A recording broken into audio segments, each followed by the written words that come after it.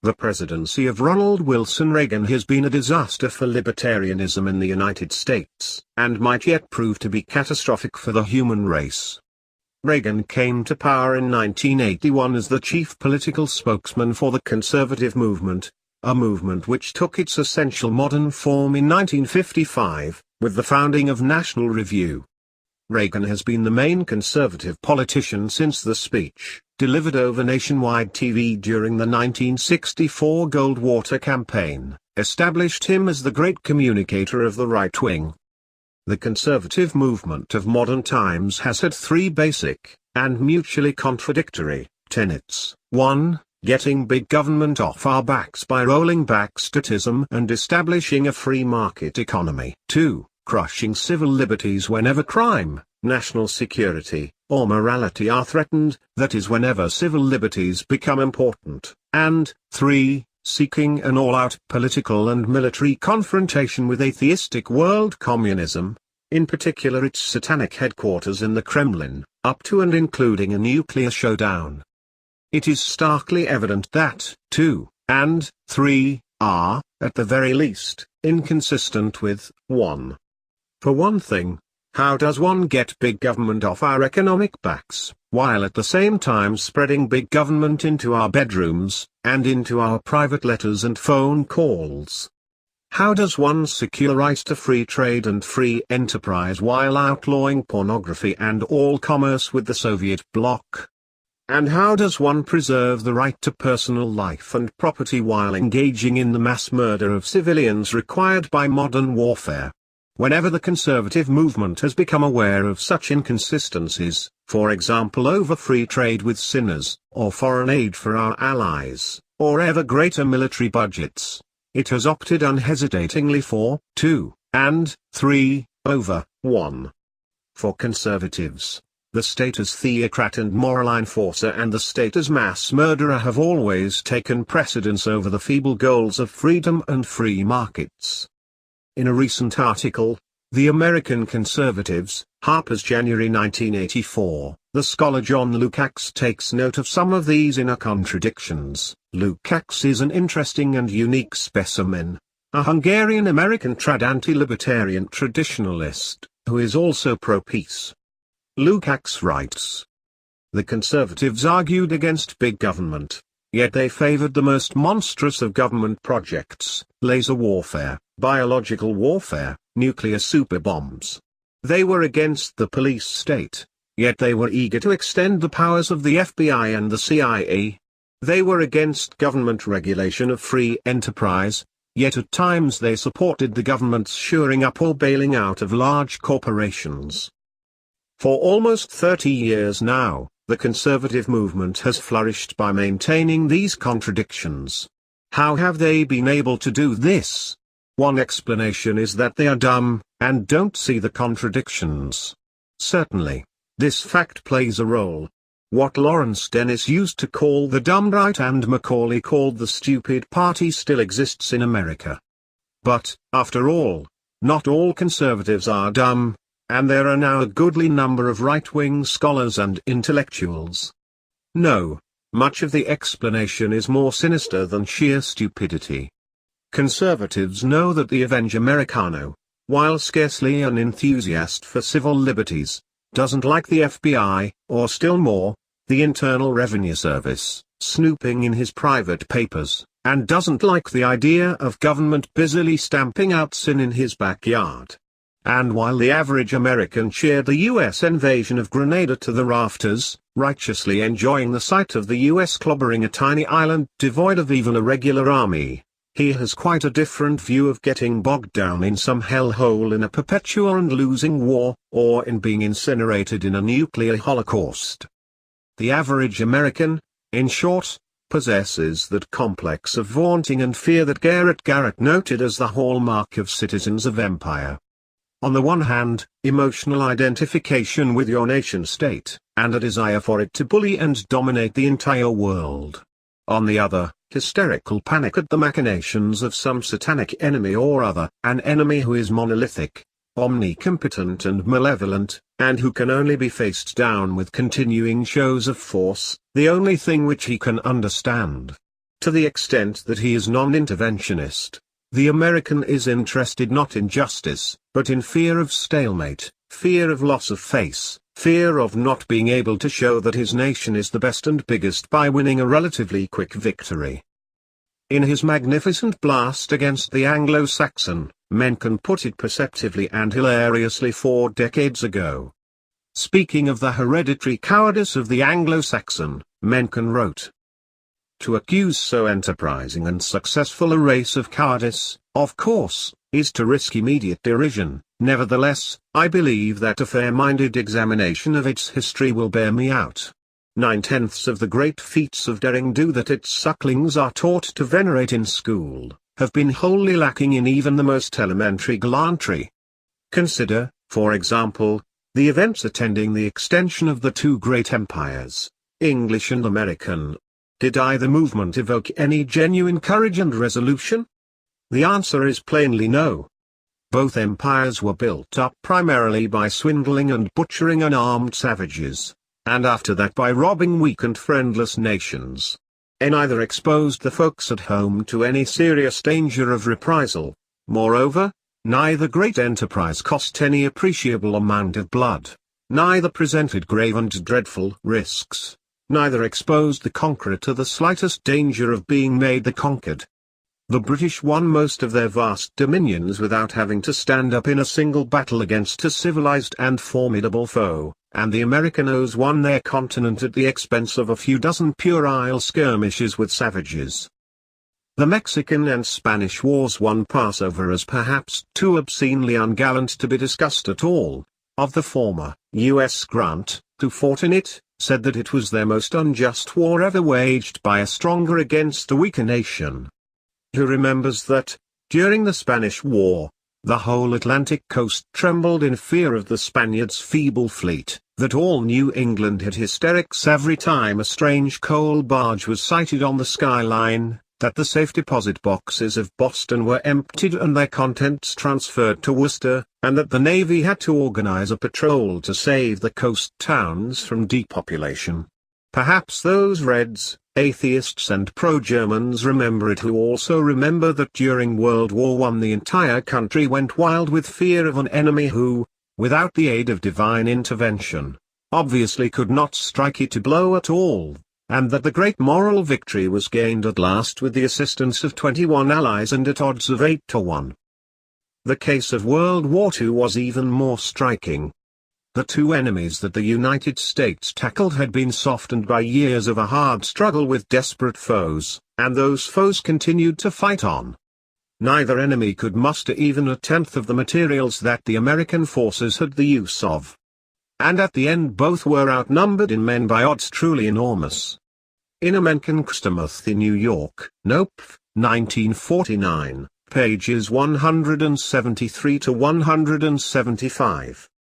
Because of their reluctance to welcome huge American losses or to engage in a nuclear showdown with Russia, the average American has to be gulled by the ideologues of the conservative movement with the rhetoric of freedom and of getting government off your back. The true guiding message of the conservative movement was enunciated clearly in a public anti-communist rally years ago by the candid and fiery Brent Bozell: to stamp out world communism I would be willing to destroy the entire universe, even to the furthest star. It doesn't take a radical libertarian not to want to go the whole route, to dance the full dance, with Brent Bozell and the conservative movement, the theme of which is not better dead than red but better you and you dead than red.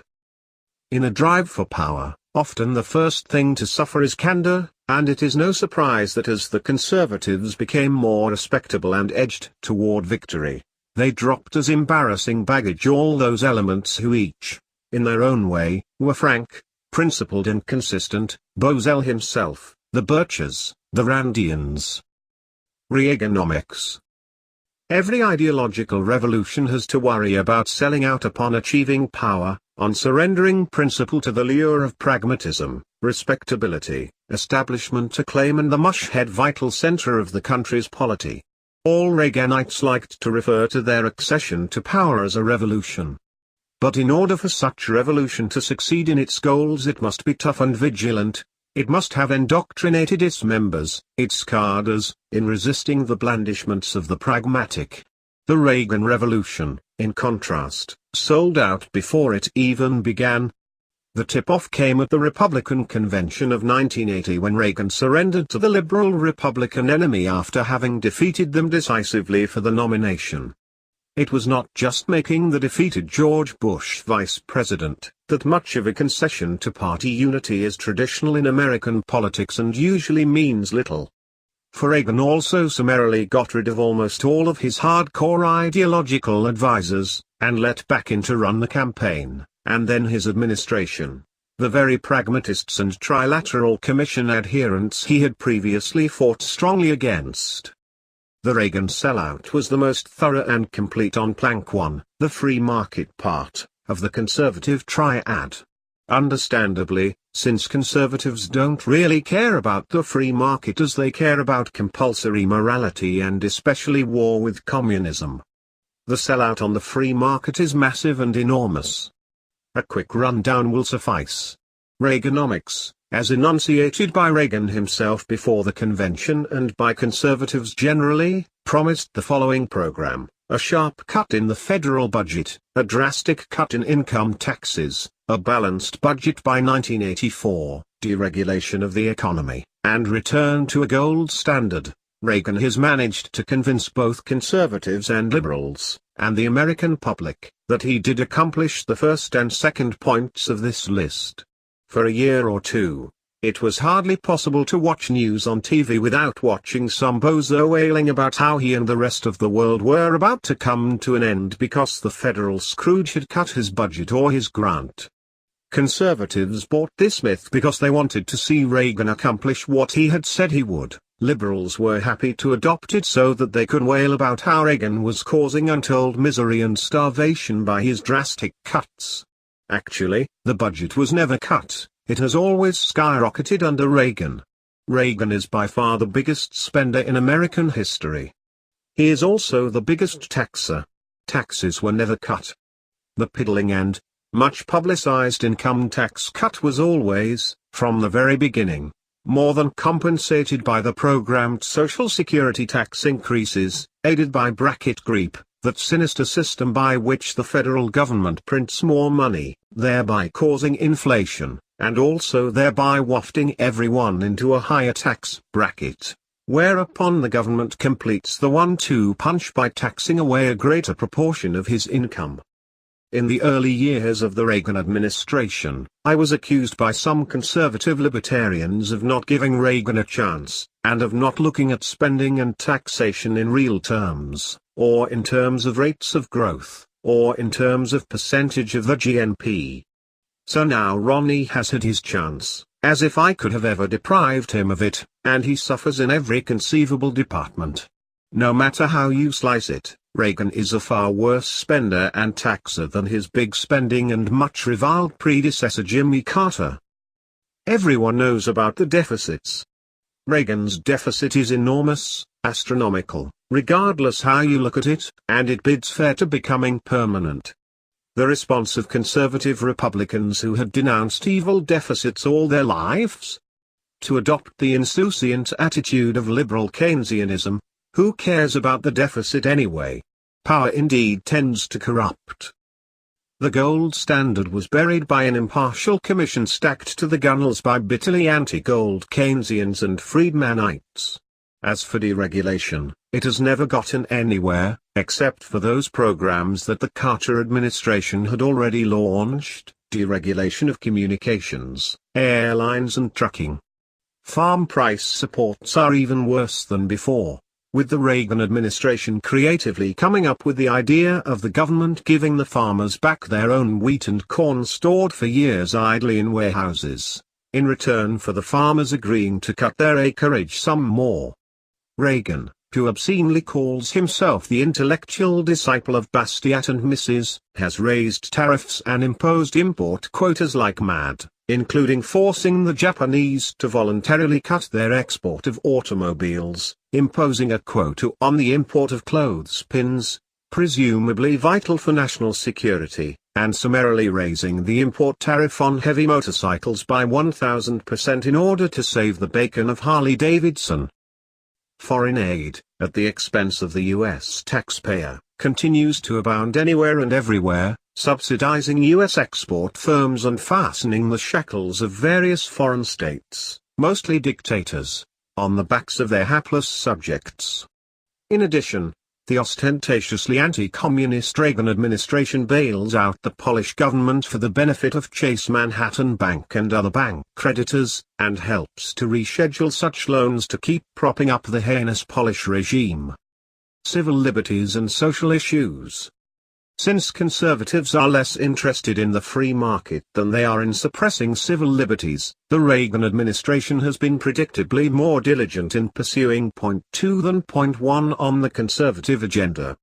The libertarian view is that the government should have no right to pry into the lives of its citizens, while government officials have no right to conduct their machinations of power in secret, free from public knowledge. The Reagan administration has pursued the diametrically opposite, conservative agenda. The FBI and CIA have been unleashed once again to do their dirty work, and a law has been passed so restrictive on freedom of the press that the publication of even publicly available documents embarrassing to the government may be considered illegal. Under Reaganite law, the press's publication of the Pentagon Papers would now be illegal. Reagan is now trying to push through an order imposing lifetime censorship on all government officials, so that they could not, after their return to private life, publish memoirs embarrassing to the Reagan regime. The ability of citizens to uncover files on themselves secretly collected by government snoops under the Freedom of Information Act has now been severely restricted. Of particularly vital interest to libertarians, compulsory draft registration has been continued, and young resistors have been thrown into jail. The snooping and harassing powers of the infamous Internal Revenue Service have been strengthened, and tax resistors have been jailed. One tax resistor, Gordon Cowell, having been given a sentence of 5 years probation, broke probation by daring to attend a peaceful anti-tax meeting in North Dakota. For daring to do so, he was ambushed by a posse of heavily armed sheriffs and deputies. Cable resisted arrest for the high crime of attending an anti-tax gathering, and shot and killed several of the ambushing officers. Widely hunted, this dangerous citizen was finally shot down and burned to death by the police. Another victory for freedom had been achieved by the Reagan administration. Reagan has been just as concerned about the civil liberties of foreign residents as about citizens. He has tried hard to pass the Simpson-Matseli bill, which would crack down on undocumented aliens, and eventually force every worker to carry an identity card, so that employers would be able to distinguish between legal, good, and illegal, bad, workers. The Reagan administration has been much tougher than Carter on allowing foreigners to enter or to remain in the land of the free. One of the abiding resentments against Fidel Castro, for example, is that he sent several thousand dissidents and other criminals to the U.S., and the U.S. has been desperately trying to get Fidel to take them back. The latest Reagan atrocity is that he is now cracking down on applications of Polish immigrants and Solidarity members to enter or remain in the U.S. No less than 85% of Polish requests for asylum in the U.S. have recently been rejected, and measures are underway to deport these opponents of the Stalinist Jaruzelski regime back to Poland. In a nice Orwellian touch appropriate to 1984, Vern Jervis, chief spokesman for the U.S. Immigration Service, announced that this rash of rejections of asylum represents no policy change to be tougher. No, he added, we are trying to reduce the backlog by accelerated processing of the cases. Indeed, it perhaps never entered the head of Mr. Jervis that there is another way of accelerated processing, namely letting these poor bastards in and granting them asylum. The way Reagan has been handling the Polish question is an apt summary of his general modus operandi, gobs and gobs of impassioned anti-communist and especially anti-Soviet rhetoric, matched by the reality of bailing out the Polish communist government in tandem with Wall Street banks, and keeping out and deporting back out Polish Solidarity members who would like the opportunity of tasting the freedom that we are always bleating about. Despite this record of success from their point of view, conservatives have been unhappy about Reagan's pragmatism on social issues. He has been only paying lip service to their cherished goals of outlawing abortion and putting prayer back into the public schools. And while their other objectives of stamping out pornography, prostitution and homosexuality are state rather than federal matters, Reagan has not used his bully pulpit of the presidency to take the lead on these items on their theocratic agenda. War. Since conservatives are most interested in the war against communism and Russia plank of their platform, it is understandable though unfortunate that Ronald Reagan has given in least to pragmatism in the foreign policy arena. One problem is that the Republican pragmatists are not very dovish. Not only are the grand old Republican isolationists of the pre-1955 era dead as a dodo, but there are not even any dovish establishment realists of the Cyrus Vance or George Ball variety, let alone such grand old men as George Kennan. The battle is between the hawks and the ultra-hawks. On the merely hawk side are the Vietnam War criminal Henry Kissinger and his many followers, warmongers who, however, want to stop short at the brink of a nuclear holocaust. This evil pragmatism is scorned by the ultras, the Kirkpatricks, the Van Cleaves, the aliens, the Pipeses, all they who want to burn out the universe to the furthest star. At the beginning of the Reagan administration, I was trying to explain the foreign policy stance of the administration to my academic colleagues, who are not familiar with any political movements to the right of John Kenneth Galbraith. Look, I said, you know Crazy Al Haig, then Secretary of State and Kissinger protégé. Yes. They nodded, shuddering. Well, fellas, I continued, I hate to say this, but Crazy I am in charge Al is the last best hope for maintaining world peace. For the first 2 years of his administration, not much was done in foreign policy, except of course engaging in mammoth increases in military spending so that the Ruskies can be wiped out 30 instead of 20 times over, or whatever. In another nice Orwellian touch, Reagan dubbed the latest U.S. missile of mass destruction the Peacemaker.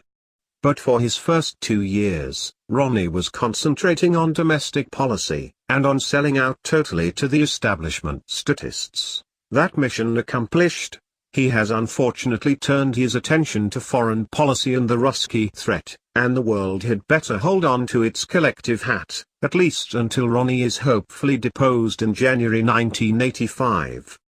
Because lately it's been boom, boom, boom and Lord knows where it will stop. Stung by a Shiite car bombing of the US military in Beirut, Ronnie retaliated by invading tiny little Grenada, a land of 100,000. As a friend of mine put it, Ronnie was anxious to win one for the Jipper, and so he picked a country he could, probably, beat. Even now, US forces, supposedly in quickly for a week, are only getting out after 3 months, and 300 soldiers are remaining there permanently, half of them MPs armed to the teeth, but dubbed non-combat for Orwellian political purposes. The whole operation was marked by egregious lies beamed out by Reagan and his team, so much so that even Margaret Thatcher turned a Paul Dove for the occasion. The US officer in charge has set up the dormant British Governor-General, Sir Paul Scoon, as the little dictator of the island, and democracy, it looks like, will be a long time coming to Grenada. The only consolation for the Grenadians is that, like the land in the mouse that roared, the US will be pouring many millions of dollars into the tight little island for many years to come. The pragmatic hawks were all for the Grenadian invasion. What the hell, there was no danger to the US in that. Lebanon is a bit of a stickier wicket, but even the Secretary of State Schultz, scorned by the conservative ultras as a dove, has been whooping it up for escalation. Unfortunately, not only the Republicans but the Democrats, starting in the last 2 years of the Carter administration when the Hawk Brzezinski won out over the Dove Vance, have bought the debauched grave sterling moss hogwash that every terrorist who bombs anything anywhere is controlled by a mighty chain that leads to Khomeini's Iran, who seems to have overtaken Colonel Gaddafi, the previous right-wing bogeyman, and somehow through Gaddafi Khomeini to the satanic figures who sit in the Kremlin. As a result, in the fevered American mind, anyone who seems to be a nut and is also anti-West must be a tool of Moscow. It would be instructive if US hawks received some of the treatment that Khomeini metes out to communists or their fellow travelers in Iran.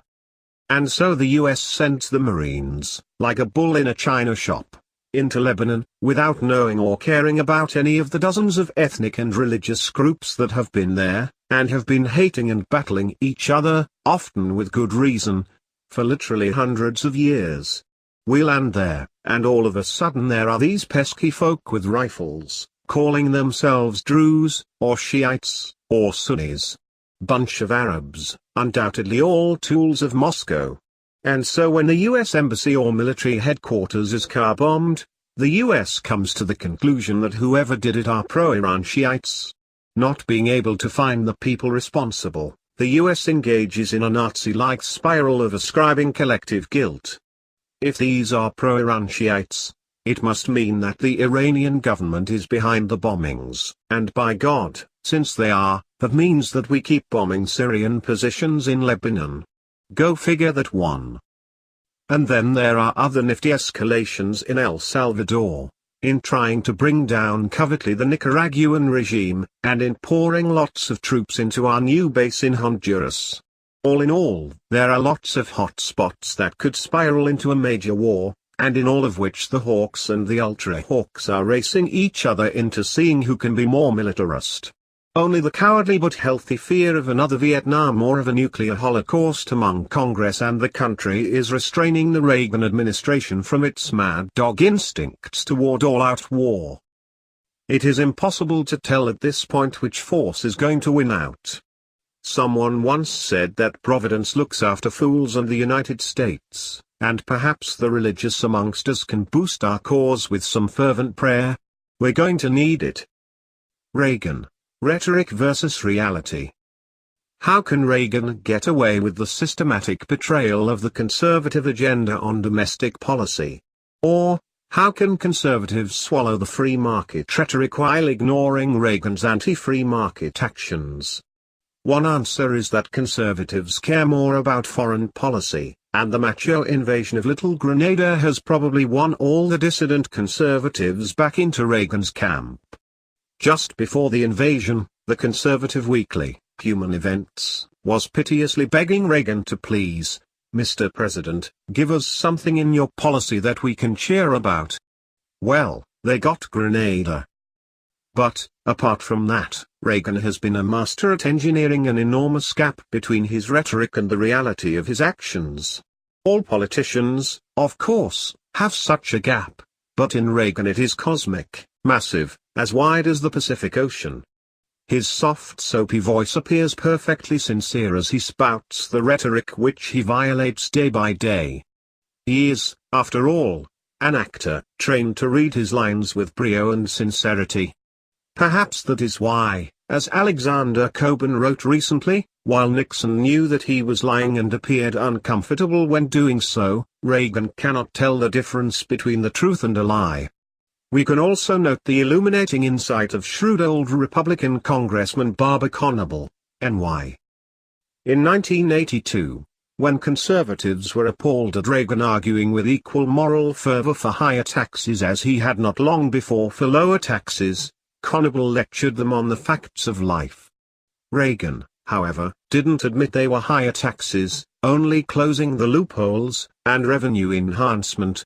A nice touch of creative Orwellian semantics. Reagan, he pointed out admiringly, has the amazing capacity to keep his mind in hermetically sealed segments, rhetoric, where he talks about getting rid of big government, and reality, where he does just the opposite. Conservatives just don't seem to understand that. Shrewd as Conable's point is, it does not go far enough. For the next question is, if rhetoric in politics has no relation to reality, why does Ronnie, or any other politician, bother with the rhetoric at all? Why not just pursue the usual statist game without all the lies? The reason, of course, is that it is the rhetoric that sucks the conservative masses into voting for Ronald Reagan. And so Reagan has cleverly put together a working coalition for Republican victory, quasi-libertarian rhetoric, by which he sucks in the dumb-right conservative voting masses, and statist reality, by which he preserves the rule by the special interest groups of the centrist establishment. But Reagan is even more curious a phenomenon. For he has the astounding capacity, not just to continue the old rhetoric, but to levitate above the action, to act as if he is not sitting in the Oval Office at all, but is somehow still out there giving his little semi-libertarian, semi-warmongering homilies, using his 3x5 cards with all the fake little anecdotes that he has collected from dumb-right sources over the decades. And somehow he is able to convince the public that he is not really in the White House, doing monstrous things as head honcho of the most powerful state apparatus in the world, but that he is still outside the state, a private citizen envying and leading a crusade against big government. And so it goes, a winning combination that can only become unraveled in the unlikely event that the conservative masses realize they have been had, and go on strike and stop voting for Reagan. And what of the man himself? What explains him? There are only two logical explanations of the Reagan phenomenon. Either he is a total cretin, a dimwit who really believes in his own lies and contradictions. Or, he is a consummate and conniving politician, the shrewdest manipulator of public opinion since his hero FDR. Or is he some subtle combination of both? In any case, Reagan continues to enjoy enormous personal popularity, the nice guy and the soothing syrup voice topped by that truly odious jaunty smirk of self-satisfaction, that smile that says that he is objectively lovable and that the public adulation is only his due. Meanwhile, what we have to worry about is a question far more serious than the key to the puzzling Reagan personality. Not only as libertarians, but still more as human beings and members of the human race, we have to ask ourselves the question, is the life after Reagan?